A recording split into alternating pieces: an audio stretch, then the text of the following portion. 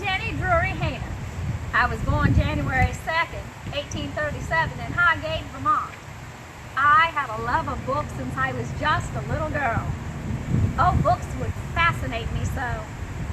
Through the pages of a book, I could be entertained, I could learn, I could travel to faraway lands.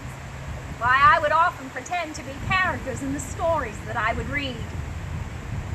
I stayed in the New England area until I was 25, and I met my husband, John E. Hayner. He was a dashing older man, traveling on business with his beautiful daughter, Florence, from his first marriage.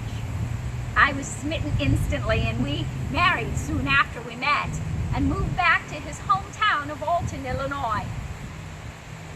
John and I would go on to have 4 children of our own, but sadly, they all died in infancy and are buried here. I cherished Florence so.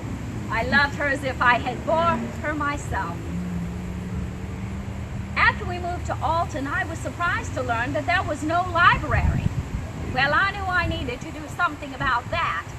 And so along with several women that I met, we formed the Alton Library Association. We built what would become the first reading room in a corner office of the new City Hall building. It was our goal to bring intellectual culture as well as great literature to the area. We featured plays, concerts, lectures, and much more. We brought some of the most world-renowned speakers of the time, including the likes of Ralph Waldo Emerson. But we were quickly outgrowing our space at the City Hall. And it was my dream to build us a new library. Alas, I would not see that happen during my time on Earth. I became ill and died on February 24th of 1888 at the age of 51. Fortunately, though, for the citizens of Alton, my husband John would continue to work toward my dream. He purchased land at the corner of 4th and State Street, and in 1891 he completed construction on the Hayner Memorial Library, which he named in my honor. That location is now the Hayner Genealogy and Local History Library. Later, a larger main building was built on Bell Street and a third location at the Alton Square Mall. I'm humbled to know that my legacy lives on in these libraries, and that for years to come, the good people of Alton and the River Bend can enjoy the love of a good book and great culture the way that I always did.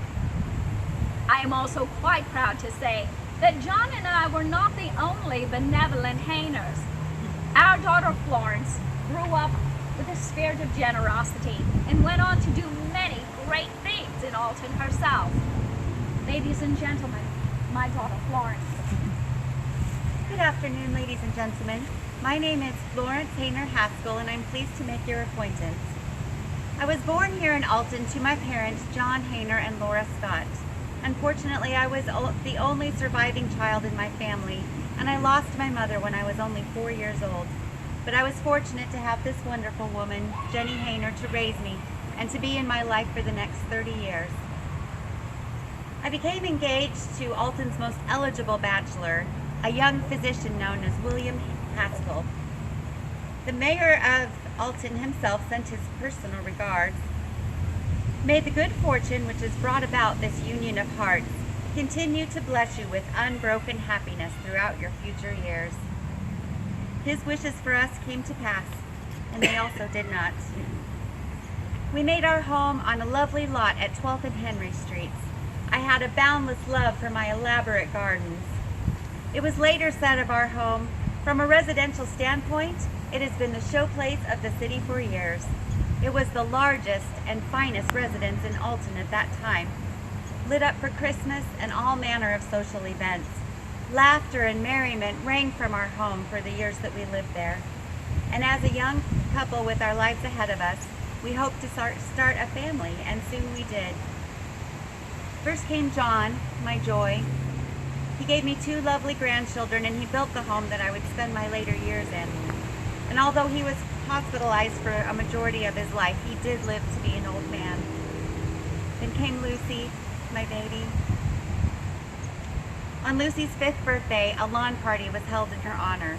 The children of Alton were invited to come romp and play, ride ponies, and they were fascinated with our newest attraction, a playhouse built for a princess by local architect Lucas Pfeifenberger. Our playhouse stands to this very day, and it is looking magnificent, perhaps thanks to many of you.